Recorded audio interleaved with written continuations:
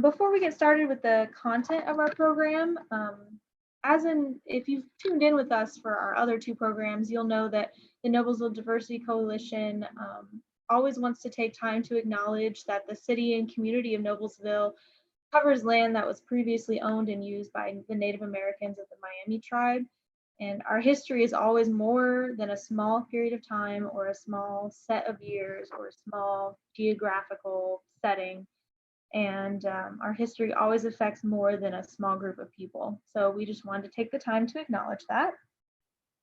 Another administrative or precursor to our program, just to let you guys know, we are going to be exploring some heavy topics this evening. We're going to be talking about the impact of racism and discrimination in this area of our state during this time period.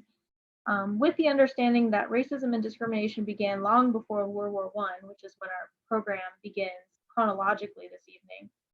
Some of this material isn't easy to digest and maybe uncomfortable to think about.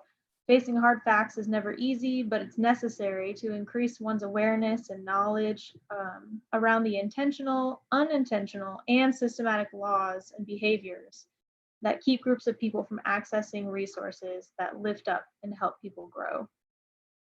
Equal opportunity has not always existed for all, and so we have to be aware of that in order to make things be different.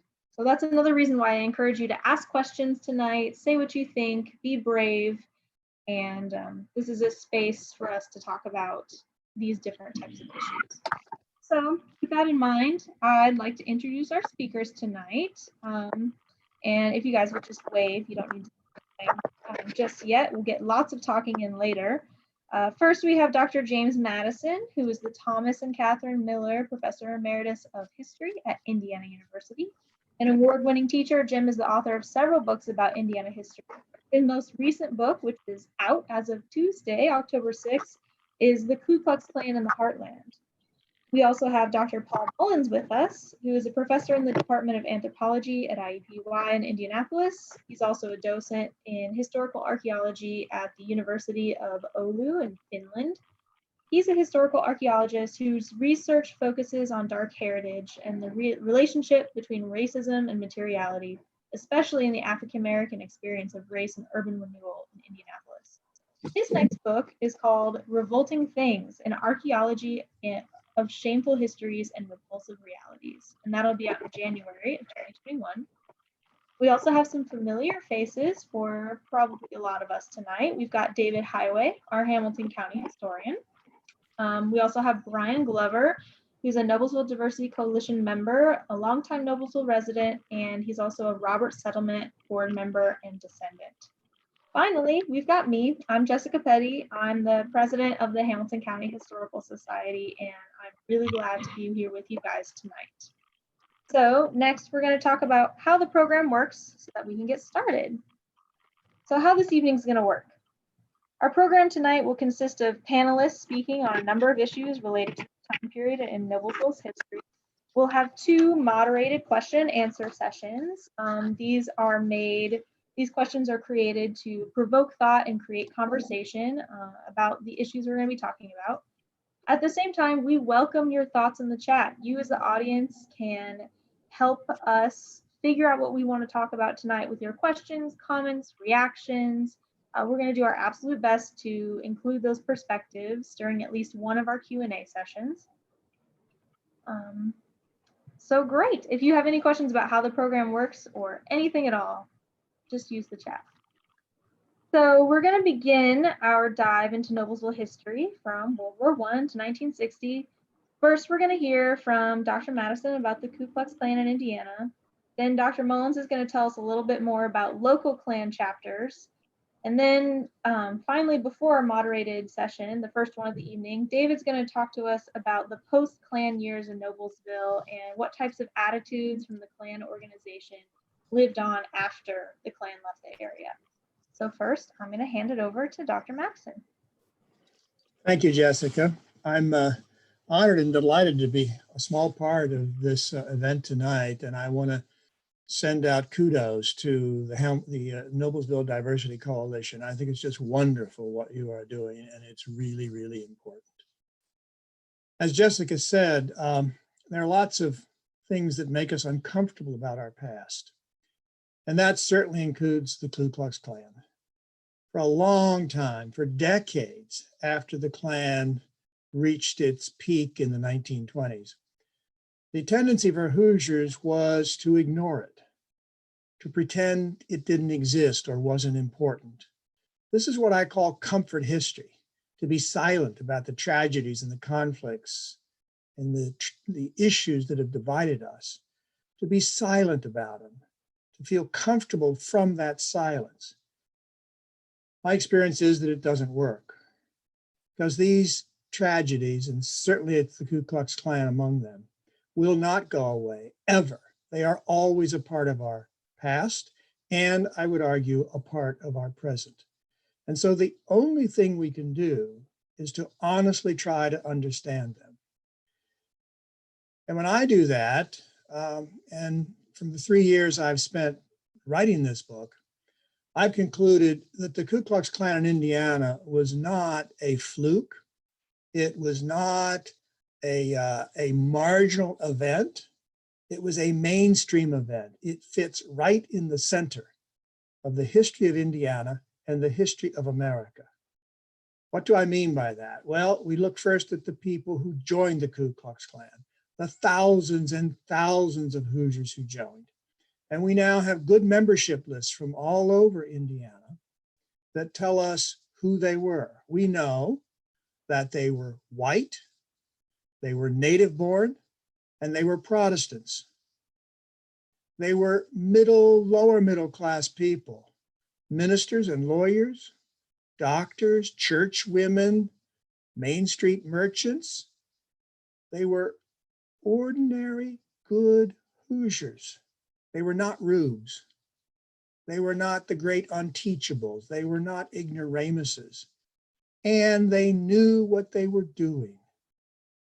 They knew what the Klan was about, and they joined and they participated knowingly. So that too puts them into the mainstream of our past, not to be ignored, not to be dismissed.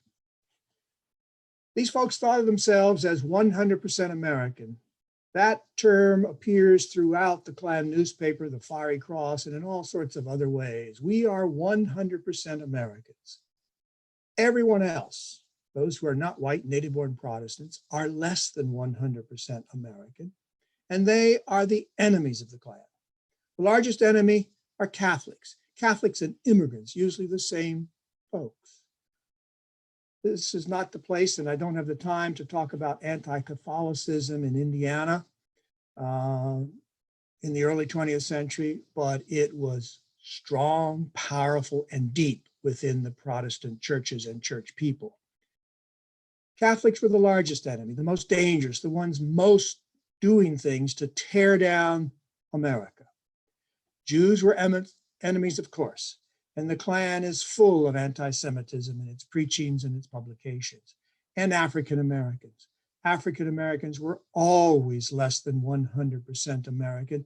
And with African Americans, you add the white supremacy, the scientific racism that created a hierarchy of races by the 1920s, taught in universities, in which white people were at the very top of the hierarchy, and there's a descendant down the ladder with the darkest people at the bottom of the racial hierarchy. So these are the enemies. The methods of the Klan are very sophisticated, another way in which they're in the mainstream. They were very thoughtful, imaginative, creative about what they were doing to market the organization, to sell memberships, to get out their message. They used parades and rallies. The first one I saw in the papers was in Noblesville in early 1923. Cross burnings, again in Noblesville in early 1923, and all across Indiana. These spectacles were performances designed to sell the Klan and its message to the people of Indiana and the people of America. They had a newspaper, as I said. They had close contacts with the Protestant churches, engaged actively in Protestant church organization and ministry. methods included films. There are at least 2 Klan films we know, one made in Ohio, one made in Indianapolis. The Indianapolis film, The Traitor Within, showed across Indiana, so did the other one, The Toll of Justice. There's a movie theater in downtown Noblesville called the American Theater, which was created specifically to show good, clean films, and their advertisements spelled clean with a K. Sophisticated marketing and messaging by this organization. It's important to know that there was always opposition to the Klan. There were always Hoosiers who stood up. Most Hoosiers did not. Many joined, many remained silent, but a small number stood up at the very beginning. And that opposition was slow to develop, but it grew as the 20s moved forward. The downfall came in the late 20s, and most of you in Noblesville will know that Noblesville played a prime role in that. 12 men from Noblesville who constituted the jury that in the old courthouse sentenced the Klan leader D.C. Stevenson to the Michigan City Penitentiary. One might assume that Stevenson going off to jail, he was driven to jail by the sheriff in his Studebaker. I like that image. Stevenson going off to jail would be the end of the Klan because his crime was heinous. Stevenson was one of the most evil men in Indiana, rape and murder of a young woman. That's not true. It certainly hurt the Klan, his conviction, but it didn't kill the Klan. In fact, the Klan's death over the next 3 to 4 years in the late 20s was very slow and very painful. And it took a long time for church leaders, newspaper editors, and others to mobilize to really counter this organization that had made such a deep, deep inroad into Indiana politics, religion, and social life. So the Klan dies. It comes back in response to the civil rights movement in the 1960s, but it's a pale imitation, nothing like the Klan of the 1920s. The Klan in our own day, in the last half century, really are great unteachables. They really are marginal people. Their program is white supremacy, white supremacy, white supremacy, and they are just foolish when they show up to demonstrate as they did across Indiana, attracting many more protesters than Klan members. So the Klan, for practical purposes, is dead, but its message, its ideals, even the vocabulary of the Klan of the 1920s live on, sadly, in our own time, in all sorts of ways, in all sorts of examples. I provide these in the last chapter of the book. I don't have time to go through it today, except that, yes, the Klan is dead, and no, the Klan is not dead. So thank you very much for listening to this. I hope that you will take opportunities to learn more about this organization and think about it and come to your conclusions of where it fits in our history. Thank you, Jessica. Thank you, Dr. Madison. That was a great little summary. And I wish we had time to talk about that for hours and hours because it is fascinating and honestly horrible. Next, we're going to hear from Dr. Mullins. He's going to talk about if there really was an average Klan member in central Indiana and what we can learn about the different types of people who were in the Klan during this time. So Dr. Mullins, I move to you. Thank you, Jessica. Well, my research, I'm interested in race and racism in Indianapolis in the 20th century, so it's impossible not to talk about the Klan. We know a little bit about the Klan here in Indianapolis. Tolerance stole membership rolls in January of 1923. Some of those members' names were printed in the newspaper very selectively. So we have a kind of weird sample, and then we have a couple of other samples to work with. We have a little bit of demography on the folks who are a member of the Klan here in Indianapolis. It does follow that pattern that Dr. Madison pointed out. You know, we have a sort of cross range of these climbing middle class sorts of folks. There's some working people.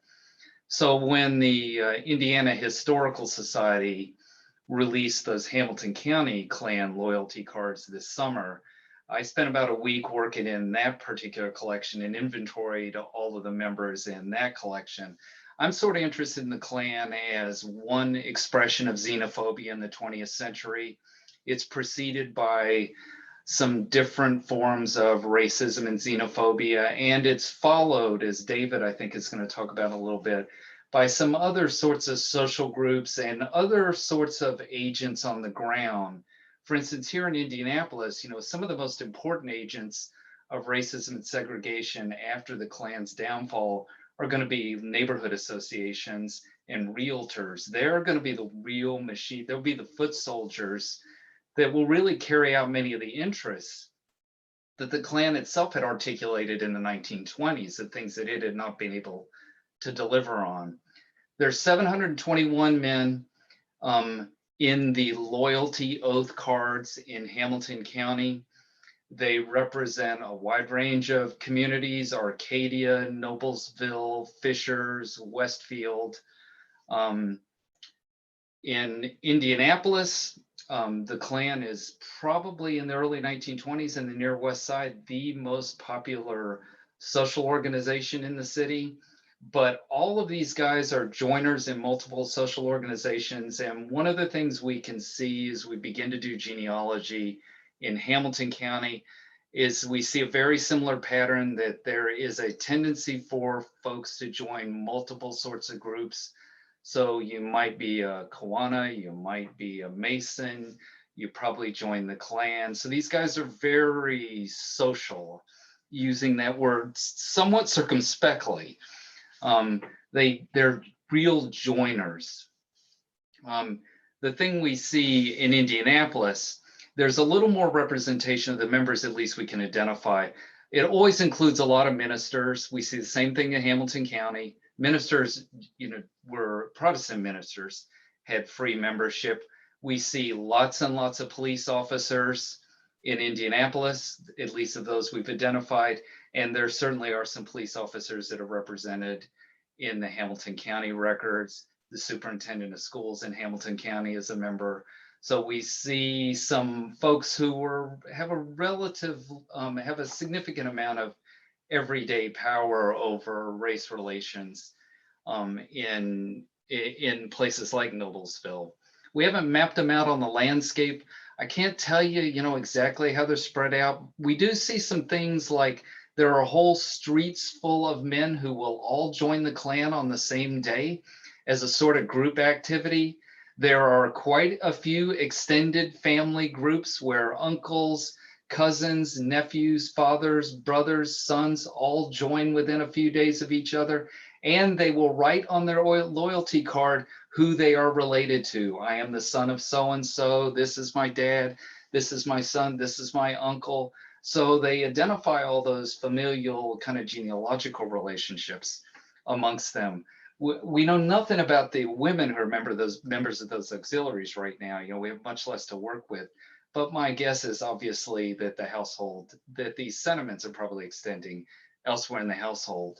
One of the things we also see that Dr. Madison pointed out, the tenor in Indianapolis is very much anti-Catholic more than anything else.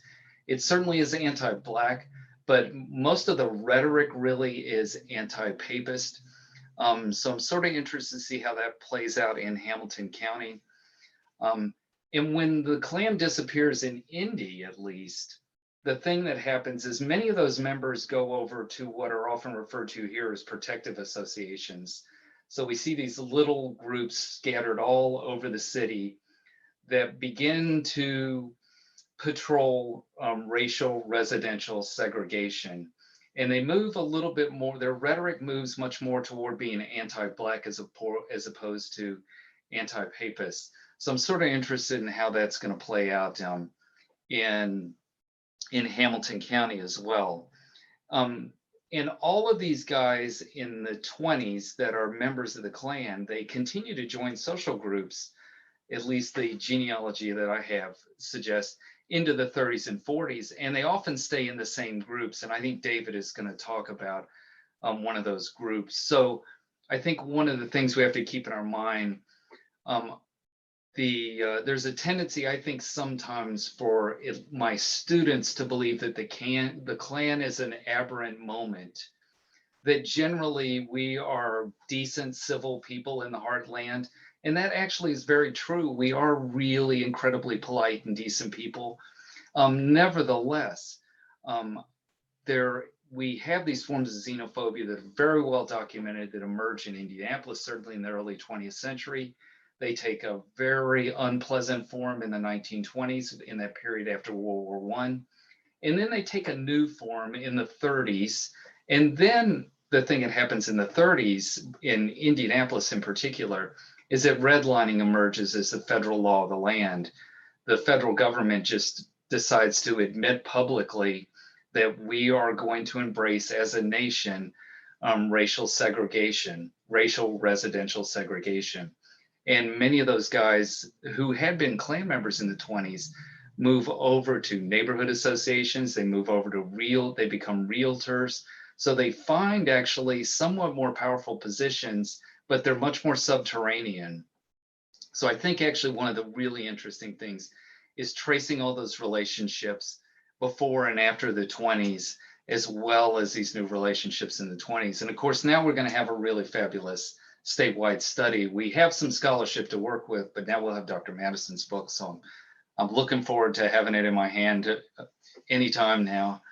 And that's sort of my introduction to, I think, the work I've done in Hamilton County. I leave it to David to really speak to the county history. Well, thank you very much, Dr. Mullins. Okay, so next we're going to hear from David. As Dr. Mullins has said, he's going to talk about really the Klan years, but also the years after that. Our time period goes all the way from World War I to 1960. So I'm going to hand it over to David. Thank you, Jessica. Actually, it's interesting because I'm going to do a little prep first, recap here for those that weren't at kind of some of our previous meetings. This will be really quick, but just after the Civil War, actually race relations in Hamilton County were surprisingly good. First slide, please. This is actually an image of, oops, excuse me, next slide. There we go. This is actually an image of an African-American political rally, 1872. They did a similar one in 1880. They were very much involved in a lot of the political social activities of the time, mostly due to the Civil War vets who came back. Next slide, please. The next thing talks a little bit about the gas boom, and that was kind of a big thing that happened, was an influx of people because of the discovery of natural gas, population, all this kind of thing. And a lot of that population were immigrants. They were Catholics, which we had in the county before that, but this was kind of a new thing. Next slide, please. So Noblesville actually grew. And you can see kind of a map here of Noblesville in the 20s. So you've got the North-South Railroad, that's the Nickel Plate, the East-West Railroad, that's the Midland, and then that big railroad loop down in the southern, southwestern part of the city. Those are important because that is kind of, we're going to talk a little bit about demographics and where people ended up from an economic point of view. As a matter of fact, the next slide goes a little bit more into detail. I'm a map person, but this is one I made for the city several years ago, kind of showing neighborhoods, historic neighborhoods. And the wealthier tended to be in what we call the Gilded Age, which is the yellow one, or the gentleman farmers, which is kind of that pinkish one going north. Generally working class, ended up down in the south and the western part of the city. You have what's called the Midland, that's that light blue. The vaguely purplish thing is what's called Plum Prairie, and then the brown is Johnstown. And as you notice, that is to the west of the railroad. It is also south of the Midland Railroad. Literally in Noblesville, there was an area that was the wrong side of the tracks. And that is what is going on in this. And we're going to talk about those spaces in particular. So, thing about the gas boom, next slide, please, is that it failed. They used up all the gas, bad management. And the thing is, it hit Hamilton County hard because the factory started to close and people started to move away. As a matter of fact, between 1900 and 1930, we lost 20% of the county population. There was a lot of demographic shifting going on. And this was really kind of the beginning of this whole, what I call, it's kind of a bleak period in here. So next slide, please. This kind of shows it on a township level. You see, for instance, our Jackson Township is the purple. That's where Arcadia is, among other things. Huge spike before 1900, massive drop off. Afterwards, you see some drop off in Noblesville. Maybe people are moving from the other townships down to Noblesville, but we're still losing people like mad. The thing is you have all this demographic and socioeconomic shifting going on. And that creates basically kind of a perfect storm because, next slide, please. That, of course, is when the Klan really started getting going. Oop, a little too far ahead there. Okay. I think there's one back. So, trying to work that out. At any rate, so there we go. Whoa. Dr. Madison was talking about the American theater. This is when it started to appear. These are from 1923, but actually there was a presence there before then, actually probably starting as early as the 1920. You can see that the American theater not only ran Ku Klux Klan movies, but actually ran something called Klanograms, which was a curious little thing right there. Okay, next slide, please. And actually, we do, as has been pointed out, we do know the officers. These are from the various books that have been written before now. These were actually available to the public for quite a while beforehand. And we had actually two chapters in a sense. There were two sections of the same chapter, but still, both chapters, one up in Jackson Township, one down here in the center, in the Noblesville itself. And you can see that it says all county officers were favorable. So obviously there was a very positive sort of a thing. Now, next slide, please. The African-American community, obviously, what do? You've been a part of the community for quite a while. This is one person in particular. This is Reverend Barney Stone. Reverend Stone was an ex-slave, ex-Civil War soldier, had been court bailiff here when he moved to Hamilton County in the 1890s and minister at the local Baptist church. Barney had been very involved in politics, had been a Progressive Party member for a short time prior to the war. After the war, apparently, he gave up because this newspaper article from 1922, he actually openly states that he does not want equal rights, that apparently he regards that as maybe something too scary to say, or maybe there's intimidation going on or something like that. People are into survival mode, and Brian is actually going to talk a lot more about that, but still, this is kind of a visual image of that, along with moving away, of course. Next slide, please. As we said, in 1925, D.C. Stevenson was convicted. And so as a result, that's usually assumed to be the end of the Klan, of course, 12 good Hamilton County merchants and farmers, some of whom we have found out are actually on that Klan list. So we'll certainly have some discussions about that. Still, the Klan started falling apart. In August of 1925, the Klan took most of their records and dumped them into the river. Unfortunately, they were not smart enough to weigh them down with a rock or anything, so everybody downstream got to find out about this stuff. So they were able to collect several of them and look at them then. Obviously, the list that ended up at the Indiana Historical Society was not part of this. So as a result, that was something that happened. However, this wasn't the end of the Klan in Hamilton County and in Noblesville. Next slide, please. Because what happened is that they, of course, went to other groups. And actually, we know the group. It was the Junior Order of United American Mechanics. This group had been in Noblesville since 1900. Once again, one of those groups that popped up. It originally got started on the East Coast in the 1840s. It is anti-Catholic, anti-immigrant. They state that explicitly in their organizations. And when they organized in Hamilton County in 1900, they stated it explicitly. They were small potatoes until the, particularly when the Klan was here, because of course, a redundancy. But then, as Dr. Madison pointed out, 1927, 28, the Klan is breaking up. There are things going on. They've got to find something else. 1927, this Junior Order of United American Mechanics blooms big time. There are big articles in the paper. They're recruiting people like mad. We have the names. As a matter of fact, we actually have a witness to the thing. There was a young man whose father was involved, who years later did an interview where he said, yes, they were the Klan. They had the same regalia, they had the same equipment, they went through the same rituals. And that is what they did in the evening. The son was appalled by it. He wanted no part of it, but nevertheless, father insisted he show up at the meetings, and as a result, he was very much involved. So this organization did exist.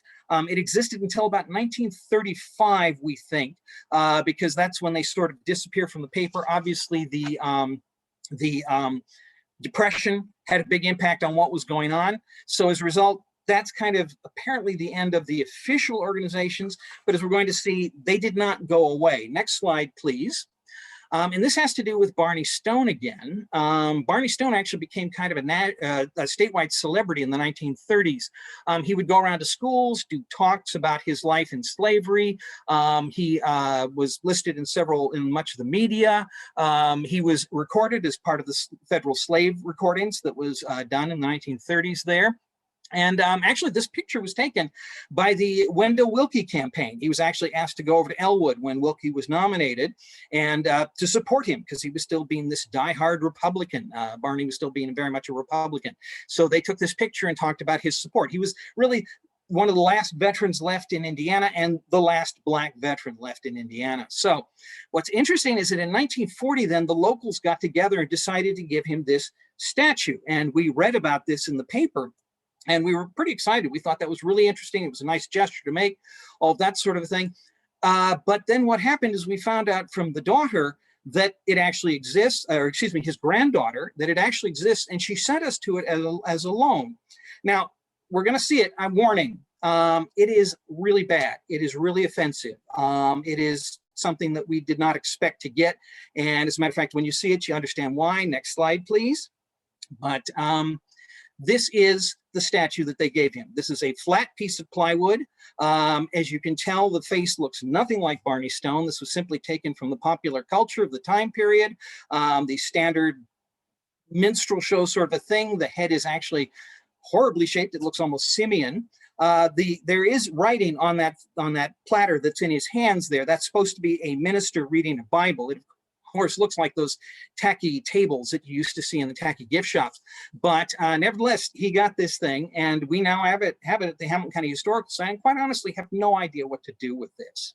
So, but it's still a very, very important part of the history, and it's great that we're getting a chance to bring it out now. Now, as it is, the reality of the situation, next slide, please. We were talking about segregated housing and things like that. Well, starting in 1941, they were starting to develop the northern part of the city, and they made it very clear. This is the thing written up by the developer, submitted to the city, and the city thought it was just fine that it says that only members of the white race will be permitted to live there. It was stated explicitly in that news. This is in the newspaper article. Now, about a week later, next slide, please. One of the leading members of the African-American community, a woman named Ava Stewart White, actually wrote a response to this. Next slide, please. So she wrote a response. It was printed in the paper. We're very glad to see it because it does talk about the restrictions there. What is the slide on right now? There we go. Okay, where she talks about the restrictions. And go back here. So she talks about the restrictions. She talks about the, that all of a sudden this is happening, that the African Americans have lived in a certain part of the city, and they tended to live the southern part, the western, southwestern part. They were more or less sort of, there's nothing official, it wasn't codified, but they were still ending up down in that area. And all of a sudden she's looking at this and she's saying, it's now official. We cannot actually move into this section. It was written up in the legal notices there. So, and this is just an absolute shocker to her. I mean, she probably experienced discrimination before, but now all of a sudden it's turning out like Jim Crow down in the South. As a matter of fact, then she wrote a little bit later another article where she talks about how the businesses are starting to go Jim Crow, about how they're starting to refuse businesses, refuse to serve African Americans, refusing to serve them inside, banning them from the place altogether. As a matter of fact, the next slide actually shows some of the businesses that were segregated. And you see them circled there. We're talking about the Diana Theater. We're talking about the Logan Theater, obviously. The Corner Drug, Beanie's, Blue Ribbon Dairy, Weldy's Drugstore, Houston Hotel, and probably a lot more that we don't know about. But these are the ones that we've been able to get information about as far as saying that. Now, there were no signs. You were just expected to know this. And Brian is going to talk a little bit about that, about the fact that, yeah, we had the segregation, but it wasn't with the clear signs or anything like that. So now, while this is going on, in addition to that, then there's another factor that comes in. Next slide, please. And this is almost out of the blue. But we have a person by the name of William Dudley Pelley that moves into Noblesville. Mr. Pelley was the leading American fascist in the 1930s. He had an organization called the Silver Shirts, very much in favor of Nazism, of Mussolini's fascism, different things like that. Now, we think he moved to Noblesville in connection with a Klan situation, something to do with D.C. Stevenson and the Klan, because a lot of Stevenson's old cohorts were involved in this move to town as well. So as a result, he's coming into town along with all of this other stuff going on. Now, he was not well received. Fascism was maybe a bridge too far for some of these people. They broke all the windows in his print shop after he moved to town. And actually, he ended up in 1942 being sent to jail for sedition and spent the war in jail. However, after the war, he moved right back to Noblesville and spent the rest of his life here until he died in the 1960s. So that sort of thing. Next slide, please. Now, after the war, the situation didn't change. And it's kind of interesting because we have an article here where you have the Reverend who's in charge of the AME Church, Reverend Hill, going to talk to the Kiwanis Club about prejudice, about race relations, about things like this. The Kiwanis sit politely and listen to him and then discuss ticket sales for their minstrel show. This was a fundraiser they'd started doing in about 1934, in which they continued until 1959. That is what that picture is of right there. And it's interesting because actually they raised a lot of money with this, which then they gave back to the community, including the African-American community. We actually have film of them giving out presents and free lunches and health exams and things like this to the African-American community. So, but nevertheless, the minstrel show is well remembered by a lot of the African-American community, and with a lot of shame and with a lot of unhappiness. So that was something that definitely went on right there. Now, next slide, please. Big changes coming in Hamilton County in the 1950s, and this was the post-war suburban boom. A lot of it is probably white flight. You can see how the population just skyrockets starting in 1950, particularly down in Clay Township there. That's Carmel, of course. Noblesville starts to take off, but is eventually, of course, taken over by others there. So big suburban boom going on. Next slide, please. And as a matter of fact, Noblesville starts to promote itself, starts to work the Chamber of Commerce. Okay, and the next slide there. Thank you. Starts to do promotion, Chamber of Commerce brochures, things like this. It's ironic to look at this today, and among other things, this has the swimming pool in it, and Brian will talk something about that. But some of the pictures are of the houses, and next slide, please. These are the houses that are in the developments that are being restricted. This is actually developments on the north side there. There we go. Broadview Manor, that is still there. I actually heard from one resident who had their original deed, and I would love to get my hands on it because it says quite clearly that only whites will be allowed to live here. As you can see, it's those post-war national homes, that standard post-war development sort of a thing going on. Next slide, please. But the word that gets used, of course, is restricted, and we see a lot of that stuff. Restricted, of course, could mean that it weren't supposed to have commercial development there, but here it's pretty clearly talking about whites only. This was a development that was down on what is now 146th Street. So these things were going on steady. Next slide, please. As a matter of fact, as part of my neighborhood map, I found a couple of these neighborhoods. There is Broadview, which is up to the north there. It's that kind of a greenish, kind of camouflage greenish sort of a thing there. That is the one, part of that northern addition that is definitely segregated. But you also have other ones as well that are what I call New Frontier. They're the brownish ones, and those are, once again, those national homes that were built after the war. And once again, those were very probably segregated areas. All of this north side construction was and around the perimeter of the thing there. So as a result, that was definitely a big change going on there. Now, next slide, please. After the war, or in the 1950s, things did start to change a little bit. There was pushback from the African-American community. Veterans like Murphy White, that Brian is going to be talking about, started saying, we're just not going to stand for this anymore. We're not going to do this. And so as a result, you have various steps being taken, various statements being made. The thing about the pool, like I say, that Brian will go into much, much more. So there was pushback. However, in closing, my next slide, shows actually kind of the total county population. And you see, this is it from the founding of the county to 1970. And you see that dip in the middle of the 20th century, down in the 1930s, the rise in the gas boom, and then the dip that goes and then starts to skyrocket up in the 1960s and into the 1970s. I choose 1970 as kind of the cutoff date for that because of the next slide, which shows just the African-American population. And you see the African-American population does not rise until after 1970. It literally drops, plummets. The African-Americans are just simply moving away. There are no opportunities. There is no fairness. There is nothing going on there. As a matter of fact, in 1970, we reached kind of the nadir of the situation where you have, out of a total county population of 55,000, there are 272 African-Americans. That's it. Now, things would change in the 1960s.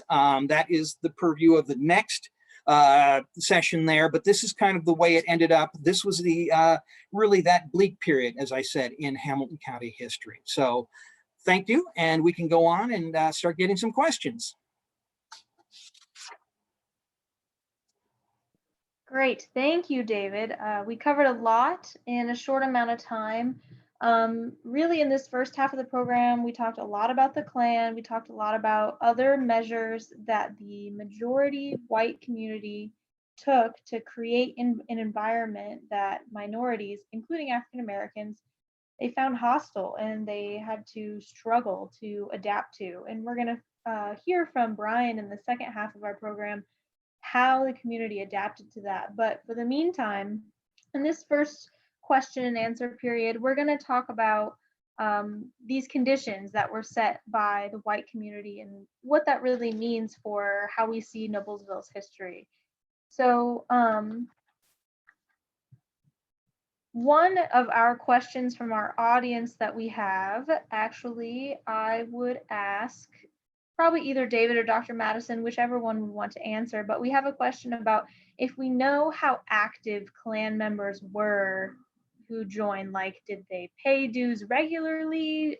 Do we have records of meetings? Or is it just kind of a guessing game?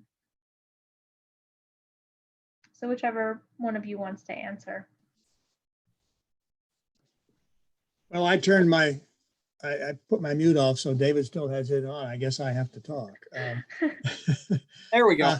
That's a good question and a hard question. We do not have extensive long-term membership data that allows us to do a over time membership up and down and in and out. We know there's a revolving door. People join and leave and join and leave, as they do with all organizations.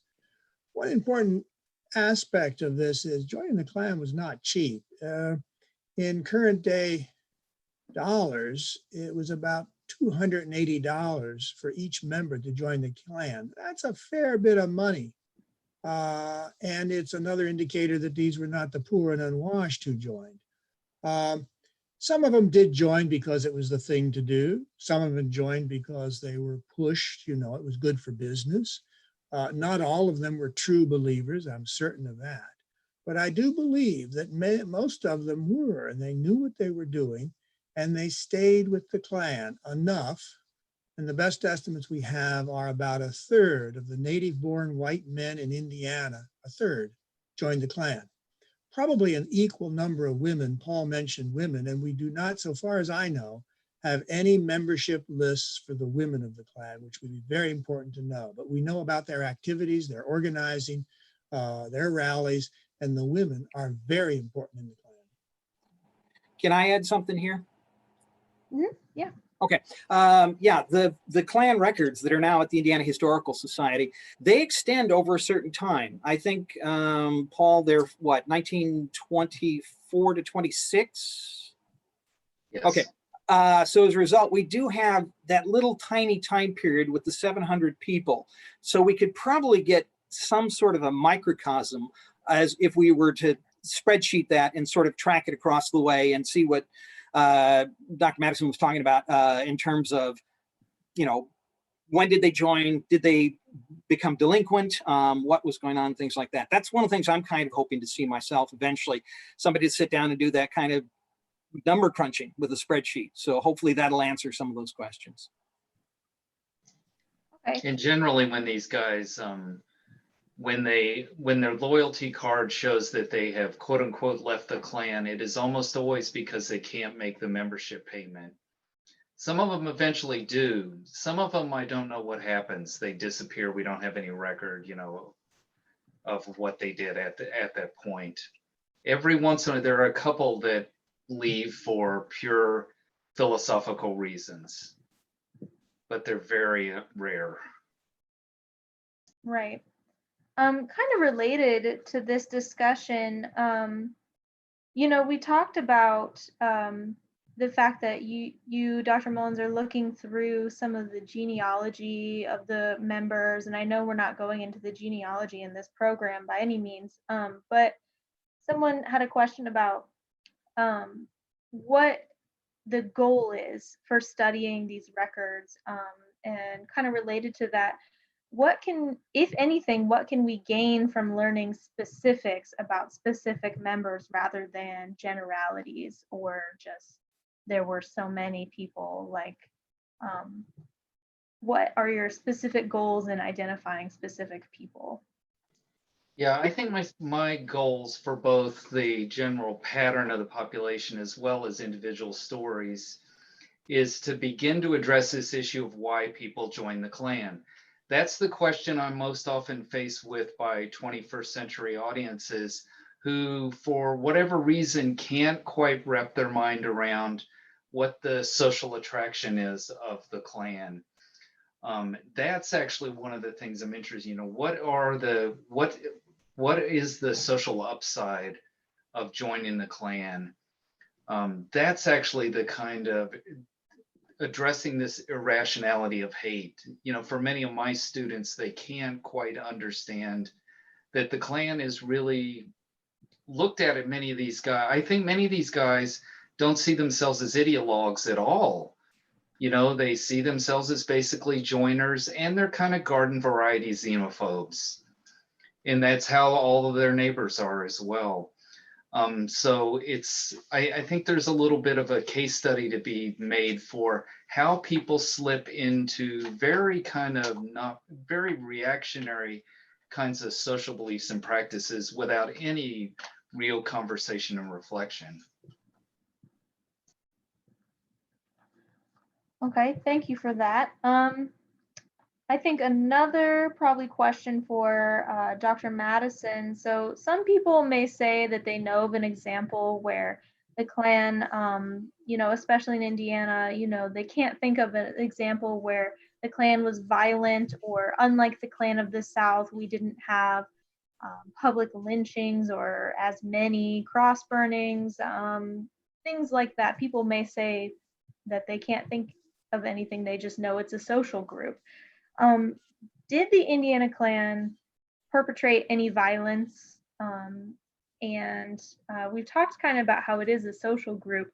Were there any positives to the Klan being such a big social group in Indiana? Well, let me take the violence one first, because that's a very important question. Compared to the South, the Klan was not very violent in Indiana. Compared to some other Midwestern states, it was not very violent. It did engage in some violence. There was a Catholic church bombing in a northern Indiana community.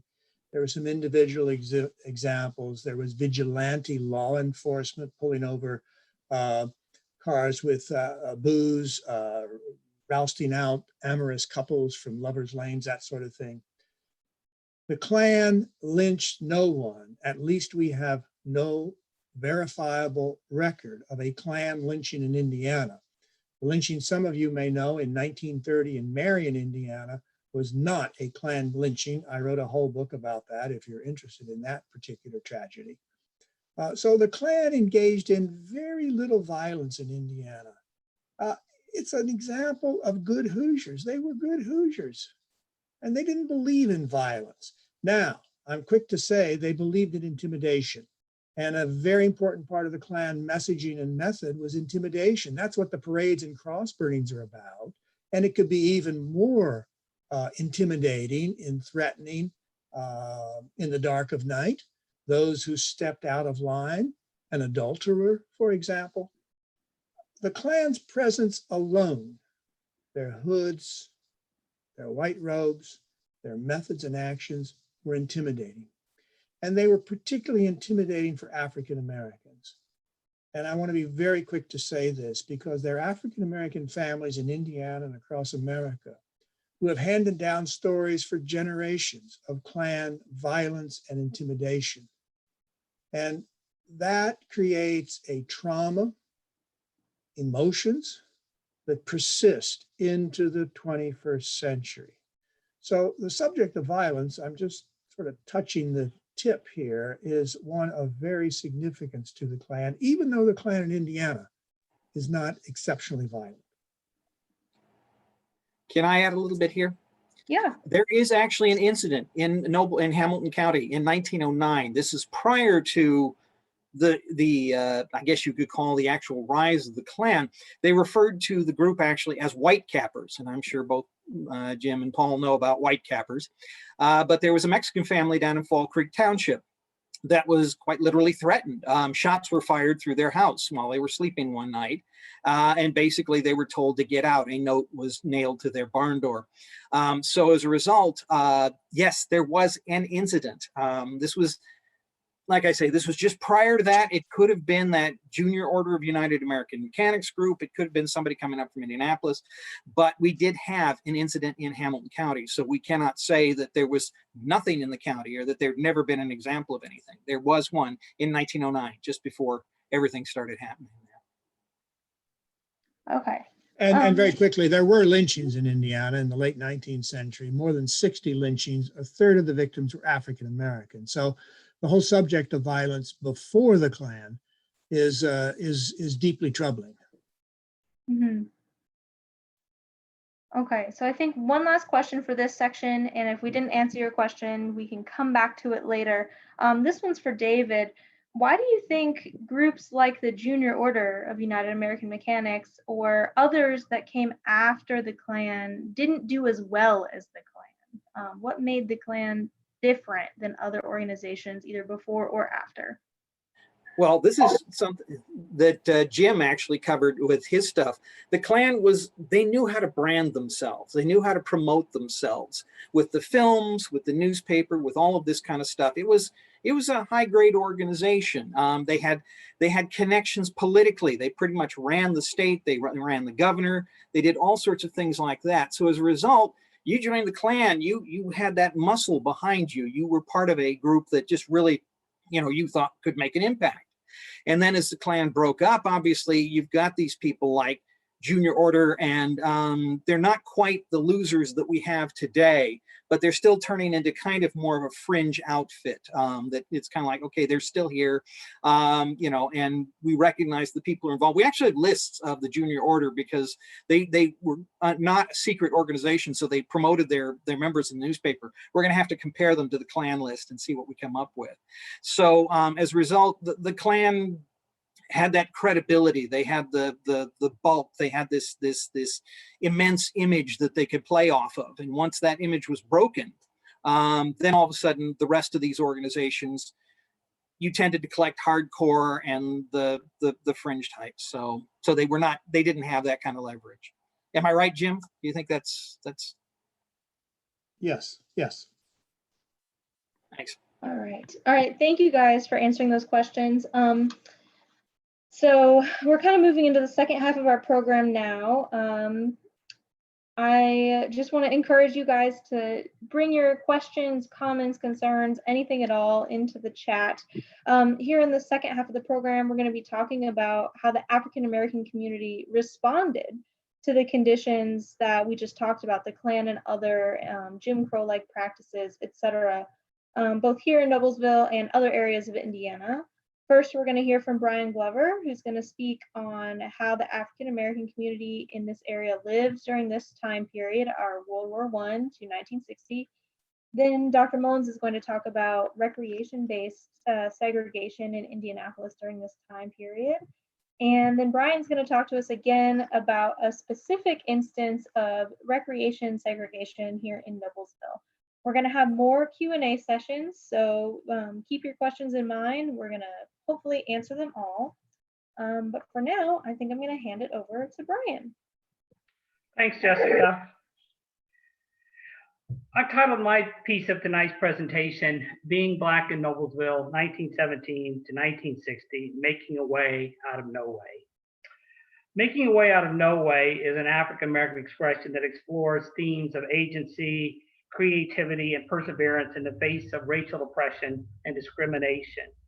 African-Americans in Noblesville did what other African-Americans have historically done and continue to do.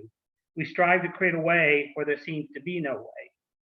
Tonight, the time is kind of short, but I've got 15 minutes, and I hope to give you a new or expanded perspective on the local African-American experience during this period of 1917 to 1960. Jessica, you want to go to the next slide?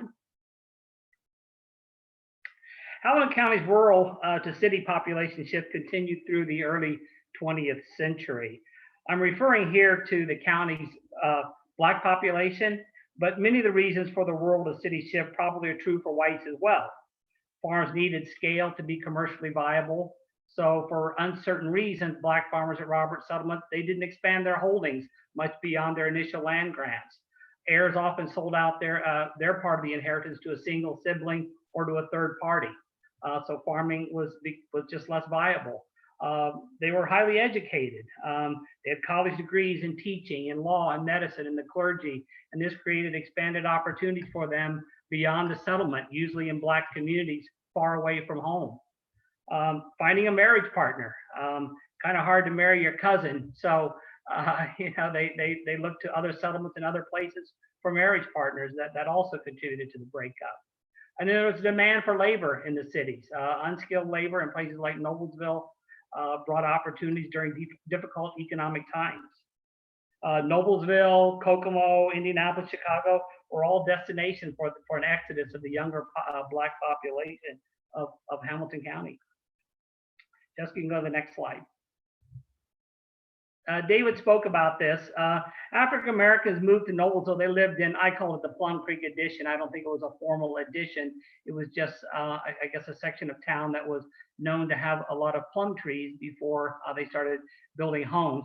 But I've circled on this photograph from, I believe it's around before 1910, what was the became the Bethel AME Church. The AME stands for African Methodist Episcopal Church. And that was sort of, one of the centers of the African American community in Noblesville. There was another church in this same area, a Black Baptist church. So those two churches served as a hub for the African Americans that were living in Noblesville. This view was taken from the grain elevators that were removed a couple of years ago on 8th Street for the local Noblesville people, looking west toward the river. But as David mentioned, this area was bordered by the river on the west, by the Nickel Plate Railroad on the east, and the Midland Railroad on the north side. So this was a less desirable part of town for many people, and that is probably why it was acceptable for poorer people and African Americans to settle in this part of Noblesville. You can go to the next slide.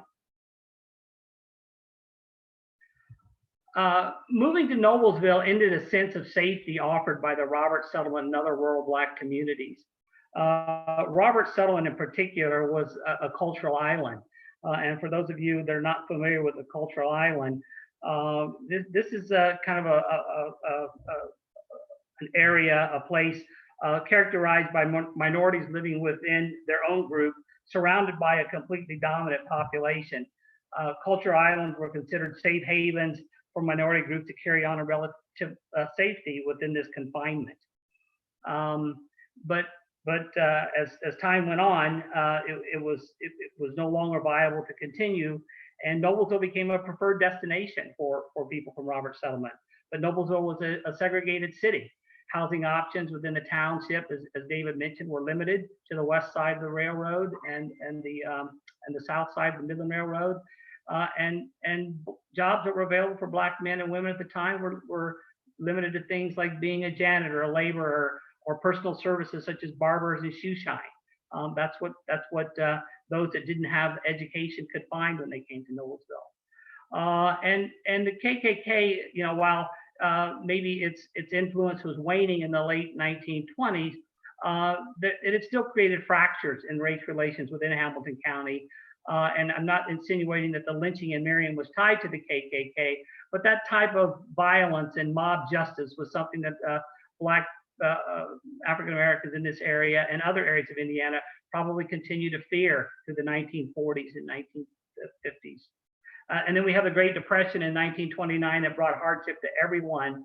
And regardless of the education and training that people may have had as African Americans, they were still limited in an area where they were known as to what kinds of jobs that they could expect to get.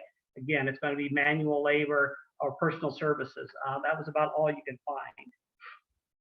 Go ahead and go to the next slide, Jessica.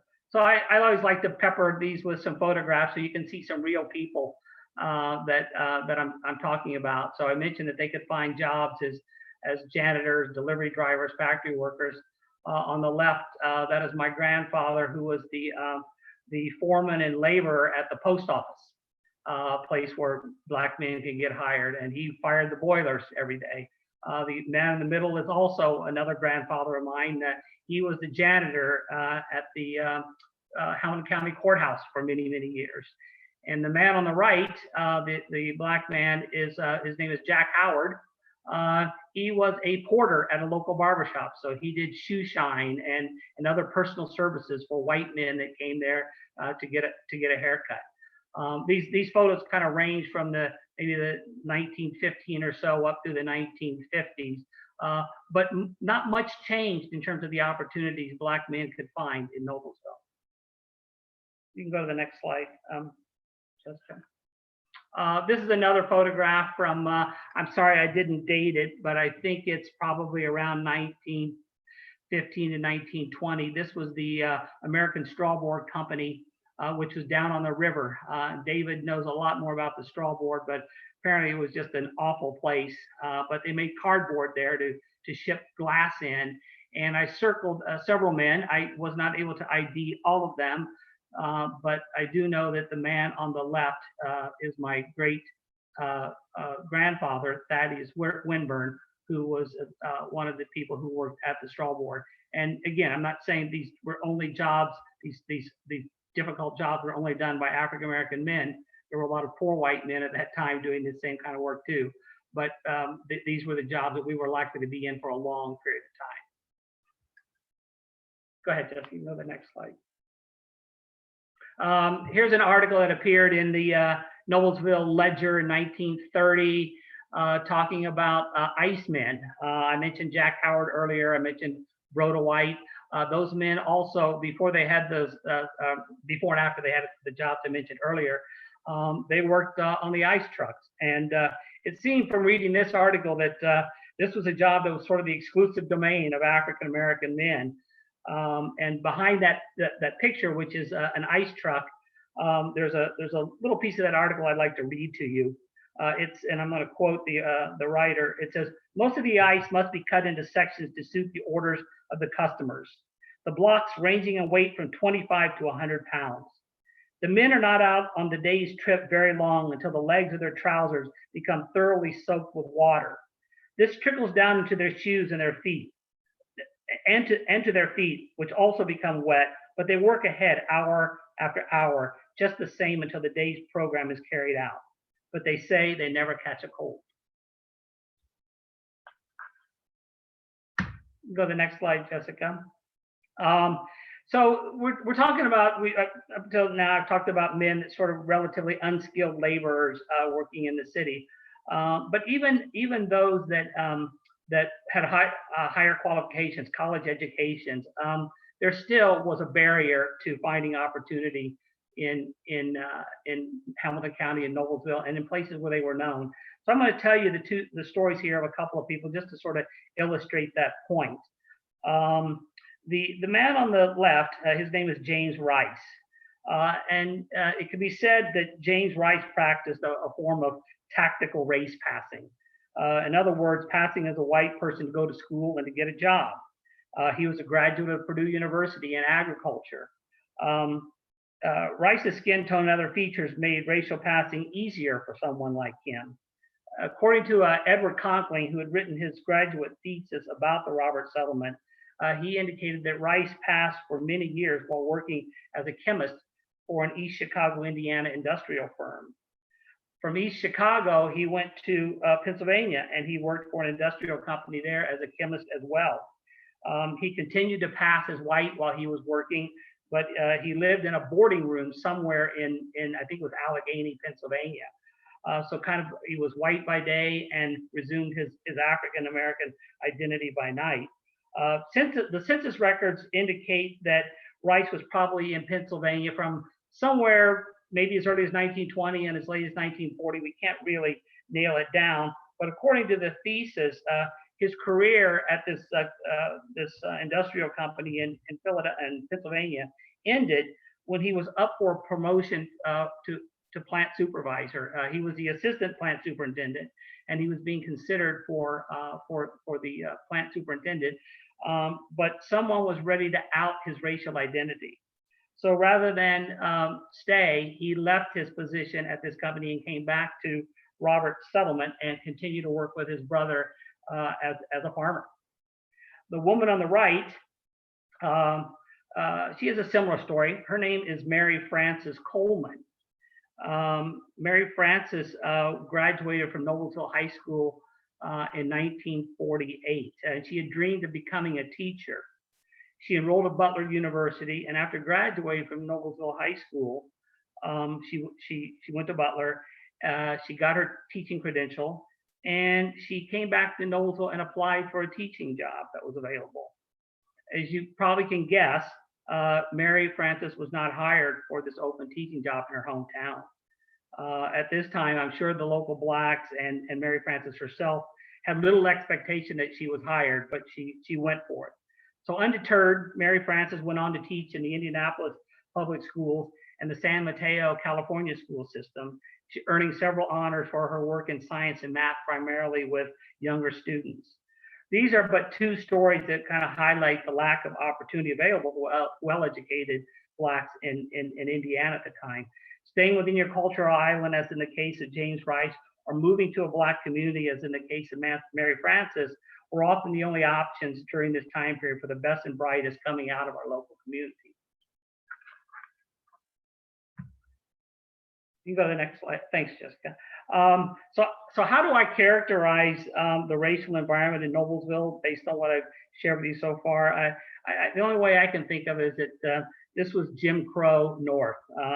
And I think David said earlier that the difference sometimes was that we lacked the signage making it clear how we felt about what Blacks could and couldn't do. But the way things worked here were not much different. Housing options were limited, and people were assigned basically to define neighborhoods where they could buy property. The community had these ghost rules that effectively denied or limited access to public recreation, restaurants, lunch counters, movie theaters, and the like. They weren't written down, they were not laws, but people had practices that they followed. The local movie theater only allowed Blacks to sit in the balconies if they were going to the movies. If you went to a soda fountain or a restaurant, you could order food, but you might have to pick it up at the back door, or you couldn't eat it and be seated in the restaurant. The swimming pool, which we're going to talk about a little bit later, was completely off limits to African Americans. And even though the schools were integrated, the faculty at the local high school didn't exactly encourage education and certainly higher education for the African American students. It also closed off teaching opportunities. When the color school was closed around 1900, those opportunities for the Black teachers were gone because they were not going to be hired in Noblesville. The exception sometimes were Black athletes. Noblesville was always welcomed the good athletes to help them win a ball game. But that was the limit. Sometimes when they were traveling to sporting events or other events outside of school, they often experience very humiliating treatment in other cities where they couldn't join the rest of their fellow students for a meal. They had to sit on the bus and have their meal. So, I mean, these things we always think of as they don't happen. They didn't happen in the North. They did. They happened probably, and Noblesville's not alone in that regard. It probably happened in most communities that had sizable Black populations throughout Indiana. You go to the next slide. So next, I've got, I'm going to share an audio clip with everyone. It's about 6 minutes long. Dana Hughes, who I'm going to turn my camera just a little bit. Dana Hughes is sitting here with me. She's the masked lady sitting there to my right. This is her story. This story is about a very personal memory of her senior trip with Noblesville High School to Washington, D.C. in 1950. Dana and Betty Jo Williams, who's the other woman you'll see in some of the photographs, were the only two Black students that made this trip in 1950. I'll point out that as you listen to this audio, you're going to hear a few other voices on the recording. This was an interview done by Casey Patrick back in February for her Indianapolis Monthly story about the Hamilton County KKK records. We never intended to publish the interview in this format. However, the story that Dana is about to tell fits so well with our program tonight, we decided to make good use of it. So if you've got any questions for Dana, please, as Jessica said, use the chat function, and hopefully we'll have some time at the end if we want to have Dana answer any questions for anybody. So Jessica, why don't you roll tape? If you could give me a thumbs up if you guys can hear it, I would appreciate that.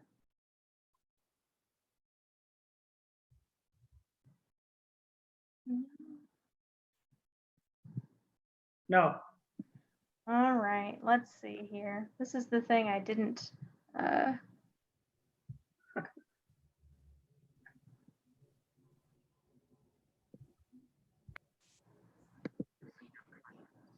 No.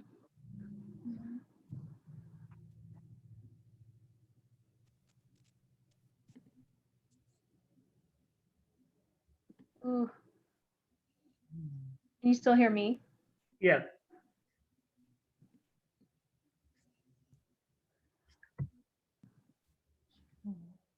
Someone's giving me a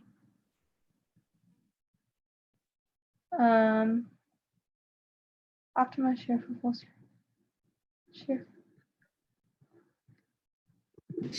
It really was. You know, I had never really been that far Can away. you back it up?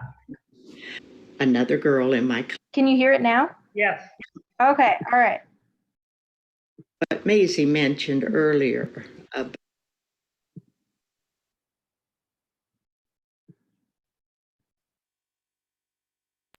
No.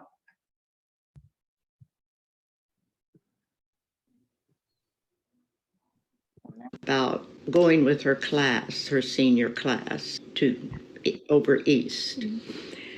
I went on that trip 1 year later. Mm-hmm. And that was truly an experience.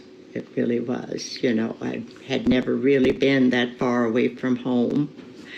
Another girl in my class and we went together, just the two. We were the only two Blacks on that trip. We did fine until we reached Washington, D.C., and we could not stay at the hotel that we were to stay at. And one of the counselors, or chaperones, whatever you want to call them, she took it upon herself to find a place for us to stay, which was the YWCA there in Washington, D.C. Put us in a taxi cab and took us to the YW. I was petrified.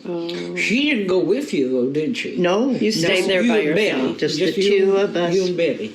were alone. Wow. And spent the night at the YW. And the YW called a taxi the next morning and took us back to the hotel.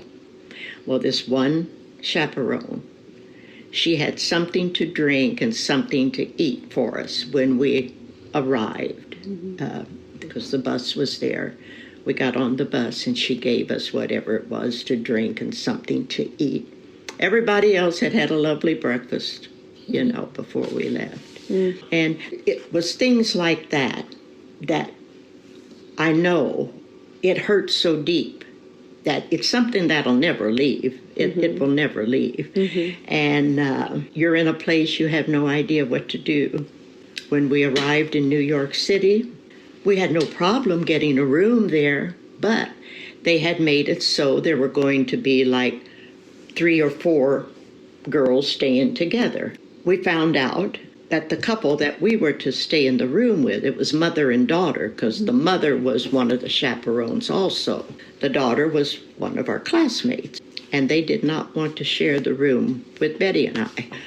So that was the next problem. However, we ended up with the nicest room. We had we had a suite. We really There did. you go. We had a suite. But there again, it was one of those things that this one counselor, she was the only one that was picking up the ball. The only one. Had it not been for her, I don't know what would have happened, really. But at least we could stay in the hotel. That wasn't a problem. It was just our classmate and her mother didn't want us in the room. And but years later, when we celebrated our 50th anniversary, our reunion, I received a letter in the mail. I was here at that time. I had already moved back here.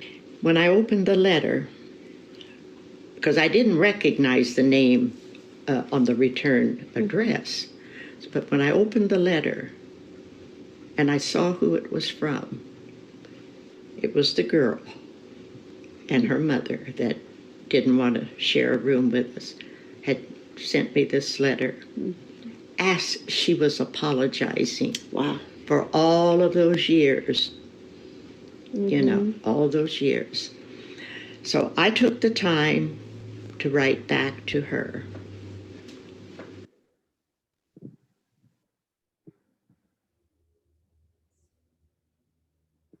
To let her know that I accept your apology. However,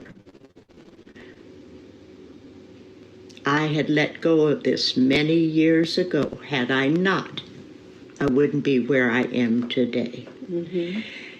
She came to the reunion, and while I was speaking with somebody else, I saw this lady standing to the side. Well, when I stopped talking and turned and looked, I didn't recognize her, but that's who it was. She had tears in her eyes, and again, she apologized. So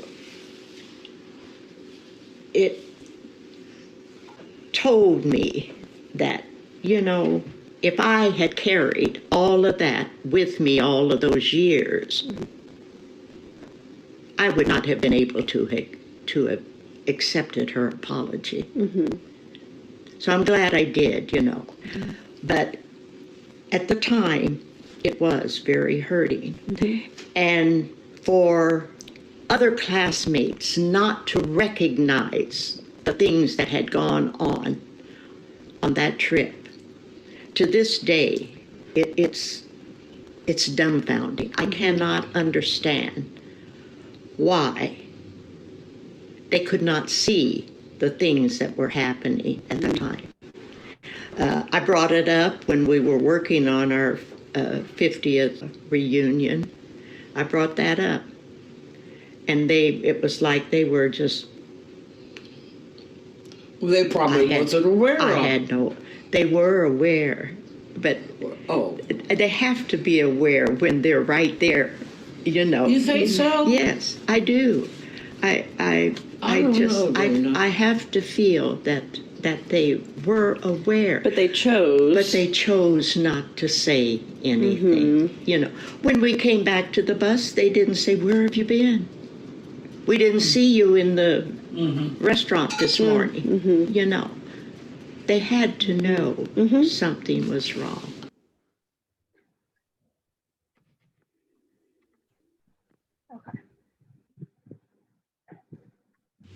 But Thanks, Jessica. That's pretty powerful. I think as a diversity coalition, if there's one, there's probably many things we get out of that, but you know, we talk about being allies to people, and I think there was a moment there where Dana and Betty Jo sure could have used some allies in their classmates. So I titled this section "Making a Way Out of No Way." So you know, we sort of told you a lot of the things that are distressing or were distressing, and things that we need to remember, the uncomfortable things about our history that we need to remember. But people did find a way to make a way out of no way. They found comfort and they found rejuvenation in their church and in the social organizations that they created for themselves. And I've only mentioned a few of the things here, and I'm going to show you some photographs here. But we had two African American churches that were the pillars in the Black community in Noblesville: an AME church and a Baptist church. Early on, the Black Masons had their Knights of Pythias, and the women had their Eastern Star, the Court of Calant. So these fraternal organizations were really important in the social fabric of their daily lives. They created their own clubs as a place for interaction between the children and the neighbors. They had their own 4-H club. The church had a needle club, and they had a baseball team. And then later on, I don't know what date this was opened up. They actually had like a little nightclub in Noblesville where they had a lot of jazz musicians that would come and play. And next, Jessica, if you want to advance the slide, I want to show you some photographs of some of the things that I didn't mention, but some other things that might kind of show you how they felt about their community here in Noblesville. So this is 1924. This is a Hamilton County Centennial Parade. And despite all that's been going on, they still love their country. You see the flag flying there. They have a wagon, and they've got a float in the Hamilton County Centennial Parade, which was probably taking place in Noblesville. That's the Baptist church. I'm going to advance to the next one, Jessica. This is a photograph in front of the church, which still stands. It's no longer the Bethel AME church and other churches there. The Bethel AME has moved to a bigger location here in Noblesville. But this is a photograph from 1930 of the choir. Again, this was a place that probably were things going on daily, if not daily, you know, several times a week at the church as the center. Go to the next one, Jessica. There's the baseball team, the Noblesville All-Stars. This is a photograph from 1935. I just love this photo. You know, this is looks like a powerful group of baseball players right here, and kids as well. And they barnstormed and played against the local white teams. This wasn't baseball. This was really softball. I think they called it kitten ball at the time. Go ahead to the next slide. And I mentioned the 4-H club. These young girls could not be part of the 4-H club that the white girls were part of. So Beatrice O'Neill, the woman sitting in the middle on the bench, she was the leader of the 4-H club for the African American girls at the time. That's around 1940. And then I mentioned the Cheerio Inn. Sounds like a place we'd all want to go hang out.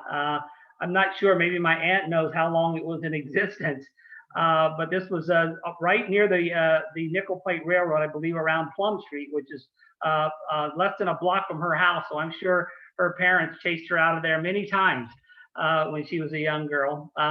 But we have a few photographs, which I didn't include, of some of the girls that you saw in the Busy Bee 4-H club when they were a little older. Their preferred place to go at night was the Cheerio Inn. Go ahead, Jessica. So anyway, so David talked about this a little earlier, and it's kind of a similar thing that happened when African Americans were migrating from the rural areas to the city. You can see from 1920 to 1970, the African American population fell from 243 to 183. So a reduction of about 25%, while the population of Noblesville had more than doubled. I'm sure there are many reasons that might account for this. I'm sure family sizes were not as large as they were around 1920. But I think more than anything else, Noblesville was just not seen as a place for a future for African Americans during this time period. So when they matriculated out of high school or finished college, the same things that happened in the early 1900s as they're moving to the city. For some of the same reasons, they've decided, it's time to leave Noblesville, and they went on to places far and wide. But it wasn't until probably the 1980s and 90s when things began to change a lot in Hamilton County that we began to see African Americans returning to Noblesville. And I'm sure that there were many whites who left Noblesville for some of the same reasons. The difference is that I think white families were moving into Noblesville at that time. Black families were only moving out of Noblesville. Next slide, Jessica. So looking back, these are my personal observations about this period of 1970 to 1960, and I just kind of come to the conclusion from most of this I get from talking to my elders and things that I've read, but it was the parents and the elders that offered the encouragement and advice for dealing with adversity for these young people. And this is something that we still say today. Being black meant that you had to be twice as good to get half as much. And I think that was certainly true back then, and that is still true today in many ways. But the education that they received in Noblesville schools, despite sometimes feeling that they were not being encouraged, was a solid foundation for the future, and served them well as they entered the world beyond Noblesville. As I mentioned, these negative experiences had left lasting impressions. Indianapolis and other large metropolitan areas offered greater exposure for racial diversity, their cultural experience, and everything they couldn't find in Noblesville. But despite all that, Noblesville was their home. Their familial bonds that they had, the shared memories that they had, was a silver lining to being part of Noblesville. And much of that old community that started in the late 1800s, early 1900s, those families are still here in Noblesville, and many of them are probably on this Zoom presentation tonight. So thank you, Jessica. I think that's all I have for this time. Okay, thank you very much, Brian. We are running a little behind this evening. I encourage you guys to stay on as long as you can because we've still got a lot to talk about and some questions to answer. We've had a lot of appreciation for Dana's story, and we have some questions for her, so I hope to get to that at the end. First, however, we're going to have Dr. Mullins talk about recreation segregation in Indianapolis, the central Indiana area. Well, I won't take too much of our time. Thank you, Brian. Thank you, Jessica, and Mrs. Hughes especially. I thought maybe I'll lay just a tiny bit of groundwork for Brian to talk about the Noblesville pool, because we have very similar experiences here in Indianapolis. One of the pieces of groundwork I would raise here in Indianapolis is in the late 19th century, the city is spatially quite integrated. So in the neighborhood that I work in the near west side where IUPUI is, and which has Indiana Avenue as its heart, there's a significant predominance of white citizens. Some of them are Hoosiers, there's a few European immigrants, and there are African Americans scattered in between them. That all changes really radically in the early 20th century. But one of the things we see in the late 19th century is, for instance, along the Central Canal, kids would go down to the canal and swim. It was then called a bathing spot because, at that point, many houses didn't have baths in the house. So you would go to both swim for recreation and bathe to clean yourself at one time. And one of the things we see is that African American and white kids in the late 19th century are at these bathing spots in the canal together. But that changes really radically in the next 10 or 15 years. And the thing that happens at the beginning of World War I is that the Indianapolis Parks Department decides to build a whole bunch of new swimming pools all over the city. They're kind of influenced by Parks Beautiful. We had just done the Kessler system. Much of that had already been built out. So they decided to build a bunch of these swimming pools. And one of the things that they decided is that they would all be segregated white. One of them would be for Italians and one of them would be for blacks. Now they eliminated the Italian pool. I have no idea demographically how they had reached the conclusion they needed an Italian pool. They built one African-American pool that did become Douglas Park, and that will remain the city park until the Supreme Court integrates public facilities in the 1950s. And I'm kind of interested in what happens in the 50s in the civil rights moment. You know, where are the moments that activists took their targets? And it is things that we would expect, like public facilities, buses, for instance, grocery stores, lunch counters. Those all become targets of activism here, stores to a certain extent. But the thing we see over and over again are these sort of prosaic leisure spaces. Golf courses and swimming pools are real points of contention because they had all been segregated around World War I, about 1910 here in the city. And swimming pools are the most contested space of all. So when the parks have to finally integrate here in Indianapolis, people are very, very slow to grant admission to African Americans. That notion of sharing water, black and white bodies in proximity to each other, is one of the things that's very, very tough to negotiate here in Indianapolis. An African American veteran was among the very first people to go to Broad Ripple Park when it had been integrated. He went to the park with his son, who subsequently would fight in Vietnam, actually. So they both ended up being veterans. And the swimming, the pool guards threw glass in the pool so that he could not swim in the pool. So he left. He came back the next day after they had drained it and refilled the pool again because he was insistent on getting his right to swim at the Broad Ripple pool. So we see that over and over again. The thing that happens in many of the pools in Indianapolis is they call themselves private facilities. So all the clubs, for instance, fight back against integration. And the Riviera Club is the most extreme example of that. They they kept a court case going into the early 1980s against integrating the pool because they fancied themselves to be a private facility and that they could grant access to whatever members they chose to. They were anti-Semitic, they were anti-Black, so they had a wide range of public xenophobia that they embraced. And finally, in the 1980s, they were forced legally to integrate, and they remain, of course, not a very well integrated club at all. They're the sort of extreme example, but pools are a kind of interesting example. And throughout the 30s and 40s into the post-war period, there's a lot of African-American activism seeking swimming pools during the summer. And the city finally builds an African-American pool, we use that word circumspectly, on the White River itself. They dumped a bunch of sand below the Emmericksville Dam between 10th and 16th Street. And that became an African-American pool, an enormously polluted river. And of course, a lot of kids died actually swimming along the river there.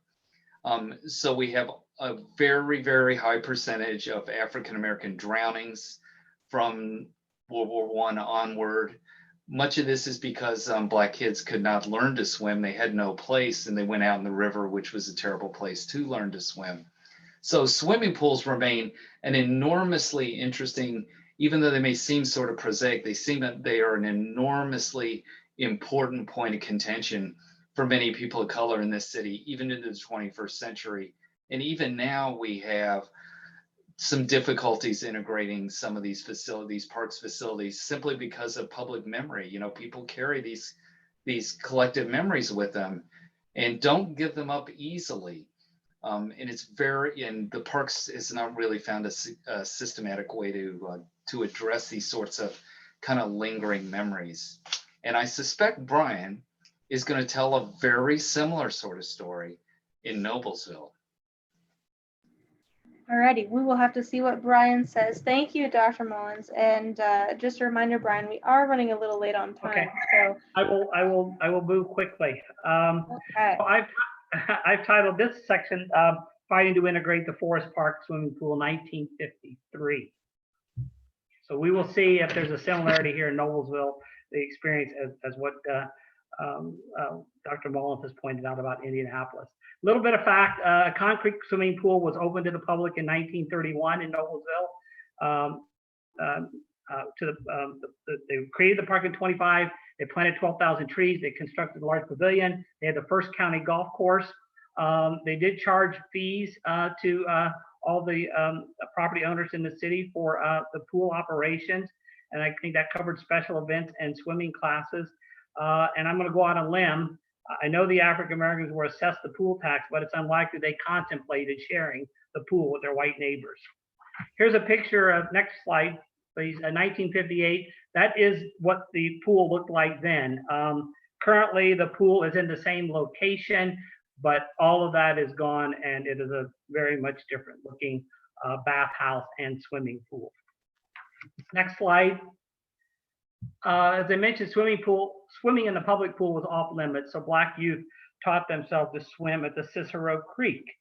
I don't know for sure, but the Cicero Creek might have been a little better than the White River for learning how to swim. But we used to hear stories from our parents about swimming in the creek, but they were never really specific about like where exactly this place was on the creek that they went swimming. So we've been asking around and talking to some others that are a little closer in age to us who also had been to this location.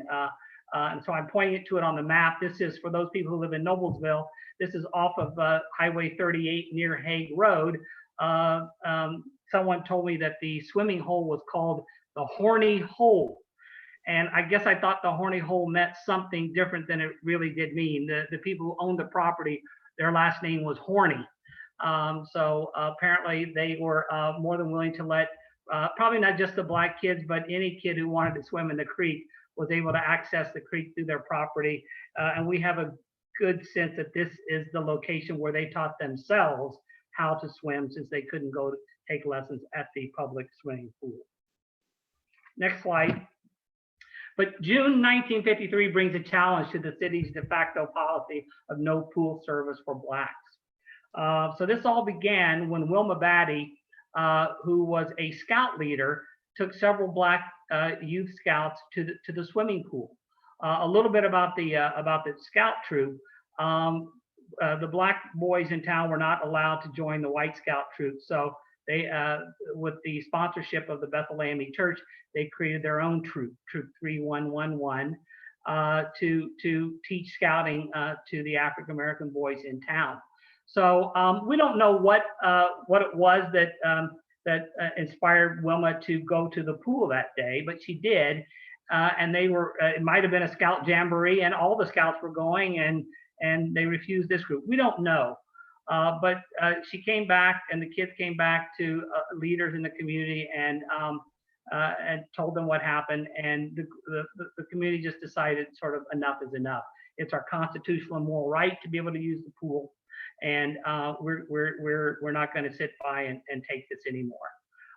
So they formed a delegation to go to the city, and these men, in this case, men stepped forward and made a formal demand, risking their livelihood because many of them worked at different places around town, and they very well could have lost their jobs over this.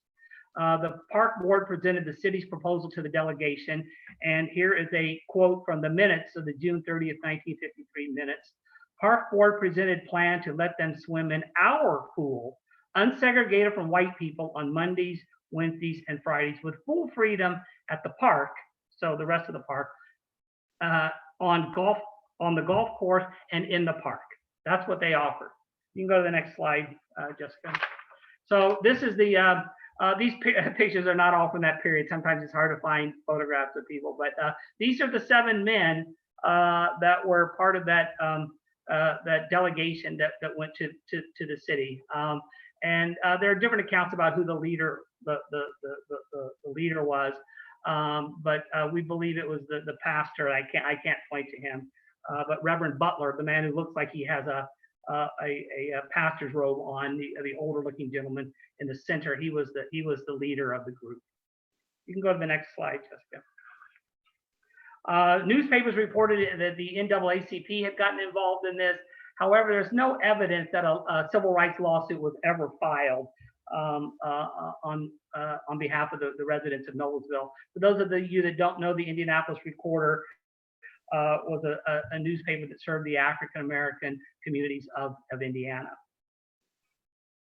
And Noblesville probably, I know as a matter of fact, and Dr. Mullen just said it, Noblesville was not alone in fighting this segregation that was taking place at public schools. So Mayor Lawson, who was the mayor of Noblesville at the time, this was his response to the delegation's rejection of the city's offer. And I don't have the citation here, but this was in the one of the Indianapolis Recorder stories that was done on the pool. I don't know what we will do. We can't let them come in every day. It would drive patrons away. So clearly, some of the same themes that Dr. Mullins was kind of stating earlier about what would happen if Black and white kids were sharing a swimming pool. Mayor Lawson threatened a legal challenge to the state civil rights statute if the Black community continued to press this issue with them. Go to the next slide. Here's a copy of the board minutes from 1954. So this is a year later. This issue hasn't gone away. And the city comes back with the same offer that they had offered before, and once again the delegation refused it. One of the things that was different about this particular, they had modified it a little bit. They added another restriction to exclude Blacks from other towns. So you can see here in that first paragraph, it says colored folks of Noblesville and only Noblesville to be allowed to the pool. So they decided to just be a little more insulting with their proposal. Needless to say, go ahead and go to the next slide. That proposal was rejected again. So I'm going to summarize and just say there's no evidence that we've been able to find that indicates that a civil rights lawsuit was filed in this particular case. But around this time, the late 50s, Indianapolis, Kokomo, Marion, and other cities are desegregating their swimming pool. And I assume Dr. Mullins will know more than I do that probably began to have some influence over communities like Noblesville. While the date is uncertain, Black children residing in Noblesville were swimming in the pool without restriction by the late 1950s or early 1960s. Recollections are that park employees simply stopped refusing entry. And we've also been able to find no indication that pool patronage, as the mayor was concerned about, decreased because Blacks were sharing the pool with whites. And there were also no reported skin pigment changes because Black and white kids were sharing a swimming pool together. So it's safe to say, I guess, in hindsight, that this didn't, some of the things that people feared rationally or irrationally did not manifest. And the city has never officially denounced its 1953 proposal to provide limited access to the city's public swimming pool for its Black citizens. Not that we expected that any city would do that, but I just would like to make the point that it just sort of went away. And that's all I have on the swimming pool. Thank you. All right, thank you very much, Brian. Okay, so now we're going to go to some questions here. We've got some audience questions coming in, which we very much appreciate. And even if we don't get your question answered, we can, we have your guys' emails from when you signed up for the program. So you can either ask us your questions in our feedback survey, which is going to go out, or we can email you back answers to your questions. So just keep in mind, don't hold back just because you think a question's too complicated for our format right now. Our first question, and let me see who it came from. Someone asked us about Barney Stone's son. We talked about Michael Wilson. He wants to know if we know what happened to Barney Stone's son. We have some family members. Obviously, we had a granddaughter give the Historical Society that statue. But David, do we have any information on other members of his family? We have a little bit. I'd have to go back and check the files, though. I don't recall right offhand. It's interesting. In about 1904, a lot of that same generation, with names like Horde and Roberts and stuff like that, the people who had been involved in a lot of the politics, Dempsey's, those folks, they were suddenly getting shoved out of the various political organizations about 1904. Then that's when a lot of that stuff started happening. So a lot of the African Americans who had been leaders in the community, who'd been able to participate in a lot of this stuff, were starting to be suddenly told, you can't do this anymore. So kind of an interesting thing right there. And once again, definitely pushed into second-class citizen status. So yeah, I don't have a lot on Barney's son. I think he's buried at Riverside Cemetery. I'm out on the limb here a little bit. It's probably a little risky to say stuff like this, but I will anyway. Barney Stone's son walked with a stoop, kind of hunched over. And I had heard stories, and I don't remember who told me this, and you never know what's true, that he had been subjected to some very violent physical harm by local whites, perhaps associated with the Klan or sympathetic to the Klan. And that was why he was walked the way that he walked. I don't know if that is true, but that is certainly something that has, the folklore that gets shared with, when you're a kid and you ask somebody, why does he walk the way that he walked? And that's what I was told, or that's what I heard. Okay. So I hope that answered your question a little bit. We have another question I'm going to ask, really has to do with, Dr. Mullins was talking about this idea of community memory and things that people remember or maybe try not to remember. So this concept of the fact that discrimination, unspoken rules, Jim Crow, obviously were very prevalent in our society, even here in Noblesville. So, but we don't talk about them today as white members of the community. We don't talk about them, and the African American members of the community don't necessarily have a platform to share their experiences with the greater community. So, and anyone can answer this. I mentioned Dr. Mullins because he brought up the idea of community memory, but so why do you think that stories of discrimination don't appear more often when we talk about our history? And how does that memory or comfort factor play into how we talk about history that was only 50, 60, 70 years ago?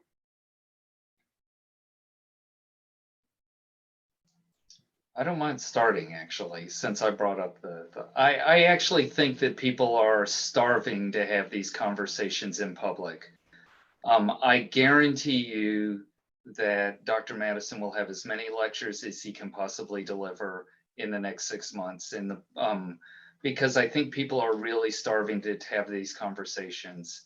I have students that are certainly from all of the donut suburbs, and many of them come down from Noblesville, and they know none of this history, and I think they're hungry to know it.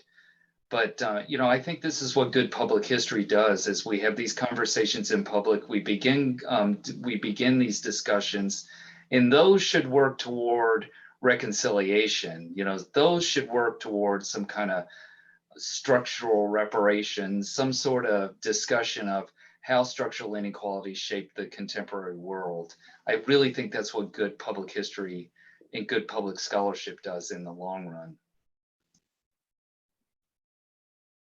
Anyone else want to add to that? I'll say just very quickly, this is a fascinating question.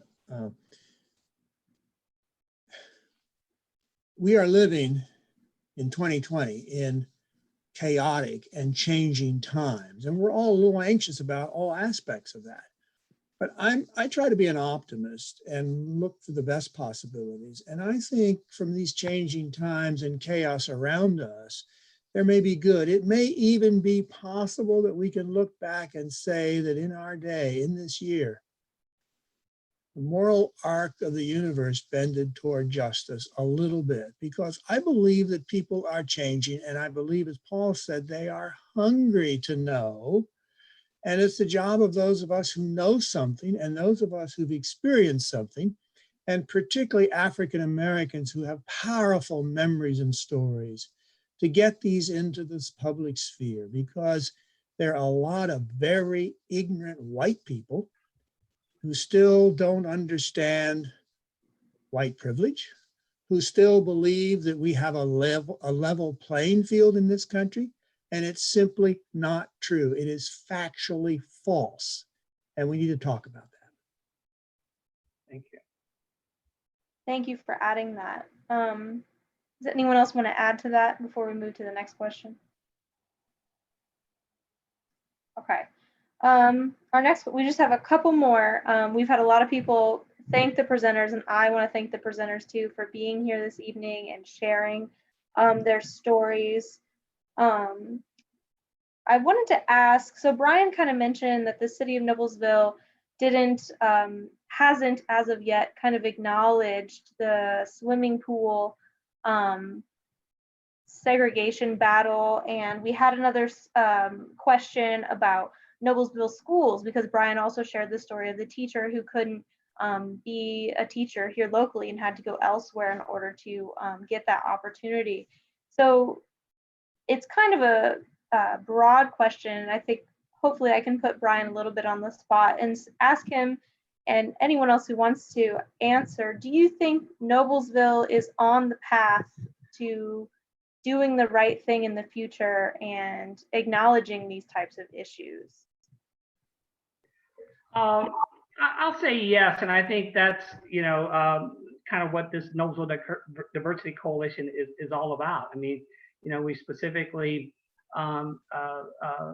very purposefully decided that we needed to tell our history, and that we needed to look at our local history from the perspective of I hate to use that word, but marginalized groups of people. So I think we're trying to get that out there. I'm sure there are a lot of people on this call who are already interested in this, and that's great. But there's a wider audience out there that we've got to figure out how to reach them and how to get them engaged the way Dr. Madison and Dr. Mullins are talking about, because I believe they're the ones that need to hear this history, and then not just looking at it from a historical perspective, but what does it mean in terms of what's going on today, and how do we make our society better? Thanks, Brian. Anyone else want to add to that? Okay. I have this as our last question, but if you have any other questions, again, put them in the chat, and I think Jen's gonna hopefully put our feedback survey. Yes, exactly. Put our feedback survey in the chat so we can use that, and you can ask your questions there. But our last question is actually for Dana. We had someone ask, what would you say, or what advice would you give to those who are fighting discrimination today? Like you fought discrimination in the 50s. Well, I think the main thing is don't give up.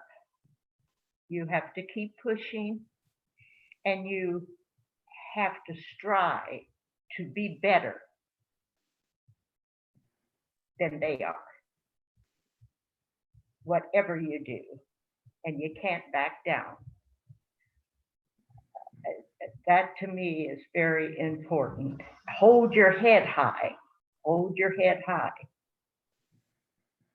and just let people know that you are no different than they are. You can do whatever they can do, even better.